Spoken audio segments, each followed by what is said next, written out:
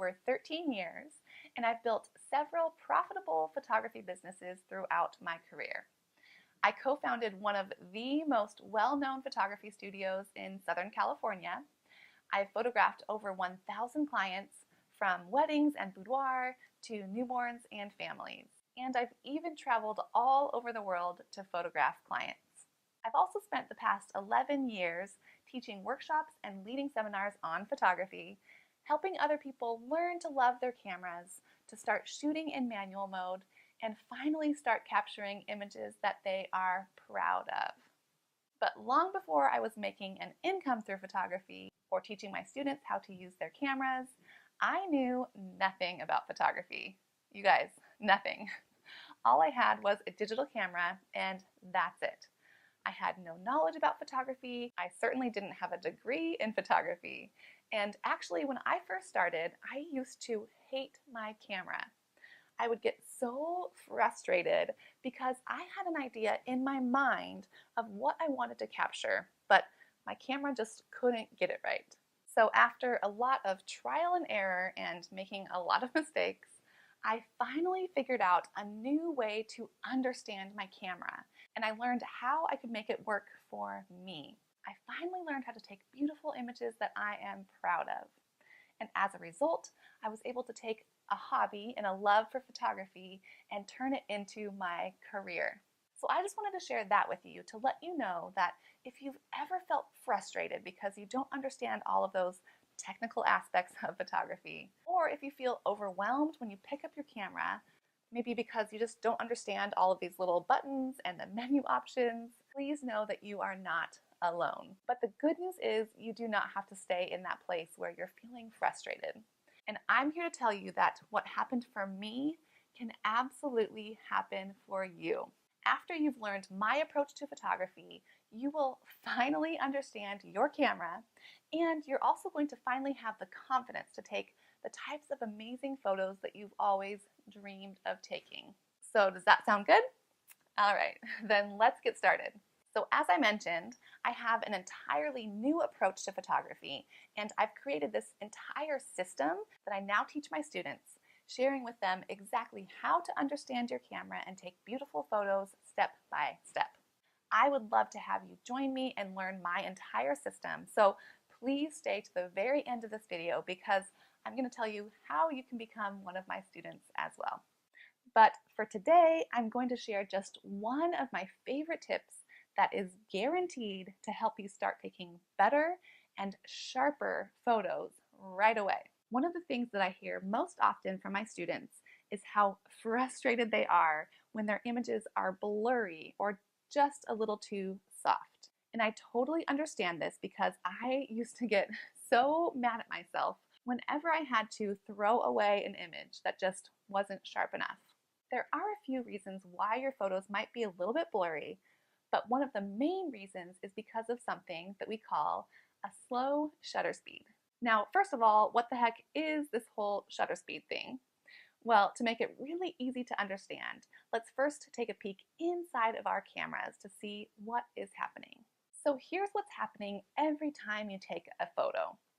Basically, light comes into your camera lens here, and then it travels through your camera a bit farther to where your shutter will open and close. So when the shutter opens and closes like this, it's letting the light travel through to reach the back of your camera, which is where your image is then captured. So every time you're clicking the button on your camera, it's allowing your shutter to open and close just like this. The thing is, your shutter can open and close either quickly or slowly, and that is your shutter speed. And what your shutter speed is set to is really important because it's going to affect whether your image is clear or blurry, especially when there is movement happening in your shot. Let's take this example with my son on his bike. So in this first image, I have my shutter speed very slow. It's at 1/30th of a second, or 1/30. And as you can see, the image is very blurry. This is because when the shutter is open for so long, the camera is going to capture a longer amount of time, which means that if there's any movement, that movement will show up as a blurry photo. So to make it less blurry, What I need to do is make my shutter speed faster. Now this next image is 1/80 or 1/80th of a second, but it's still really blurry. Next, I speed my shutter up to 1/250, which would probably be fine if my son was sitting still, but because he's moving, it's still pretty blurry. When I change my shutter to 1/500, it's getting better. And now let's speed that shutter up a bit more, setting it to 1/800. And as you can see, it's so much better. So we're almost clear with this image, but I think we can do a little bit better. So now let's try 1/1250. And as you can see with this shot, he is clear. Yay!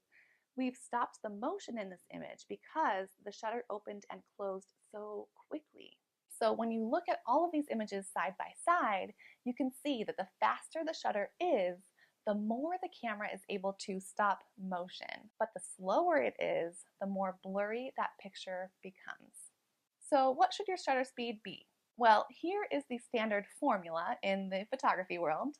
So in general, the slowest shutter speed you should have when you're holding your camera is 1 over your focal length. So that means that, for example, if I'm shooting with a lens that is 50 millimeters in focal length, the slowest I can have my shutter is 1/50th of a second.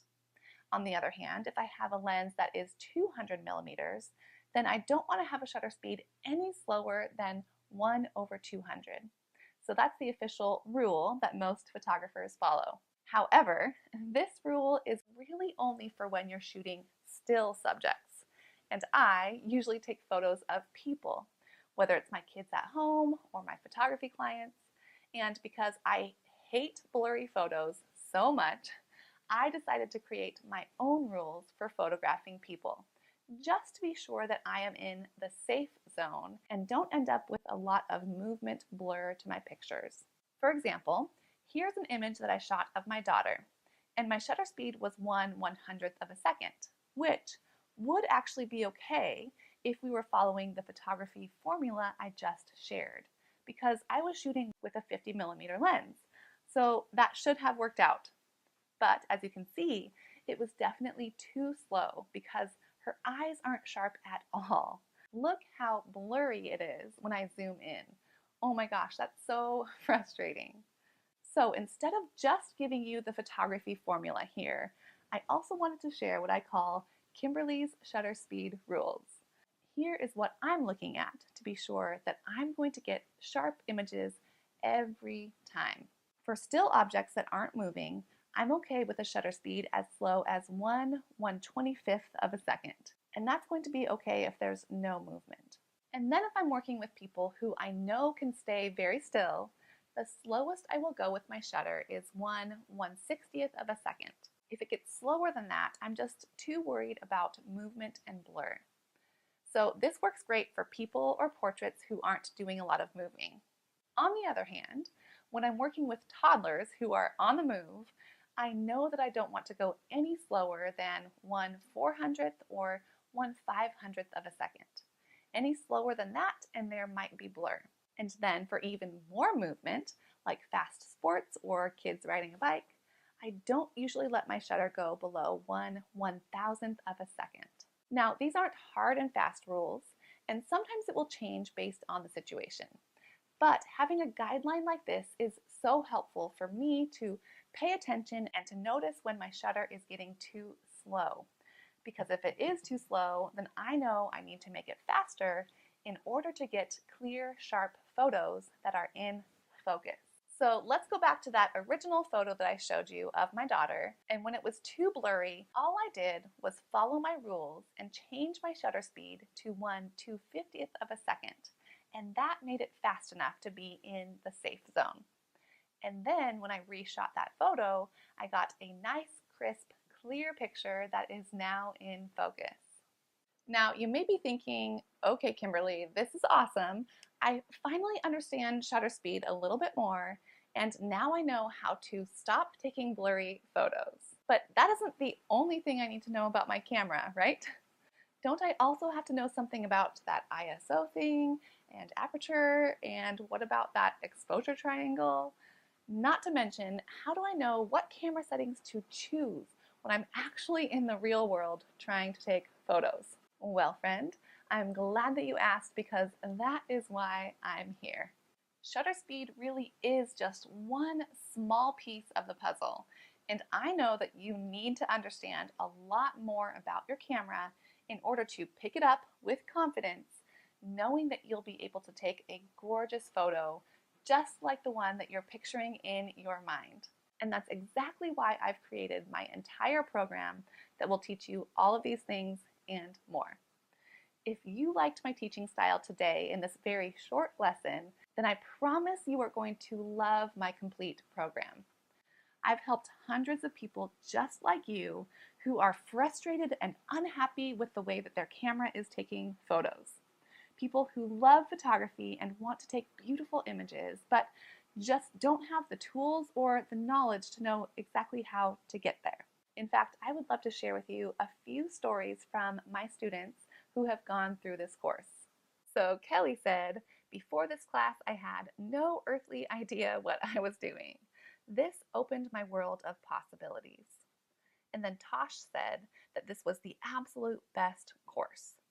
I went from having no clue about my camera to being absolutely confident in manual mode. And Stephanie here says, it made my camera manual look like gibberish.